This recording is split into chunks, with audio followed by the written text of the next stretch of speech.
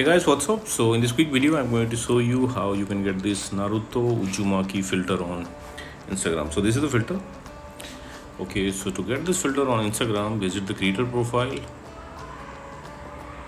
Helena is the creator of this effect. You can follow her to unlock all our filter to your Instagram camera tray. She is having some awesome filter. Okay, so check in our filter gallery. This is the filter, Naruto Uzumaki. Tap on it and you will see this preview. From here you can save it to your Instagram camera tray and you can tap on try to try the filter. Okay, and suppose you are not getting the effect like this, then what you can do, visit this website. Link to this website I will give you in the description box below. So here in this website you will see link to the filter. Just tap on the link and open it with Instagram. Okay, and likewise also you can get this effect on Instagram. So that's it guys, thanks for watching the video. See you in the next video.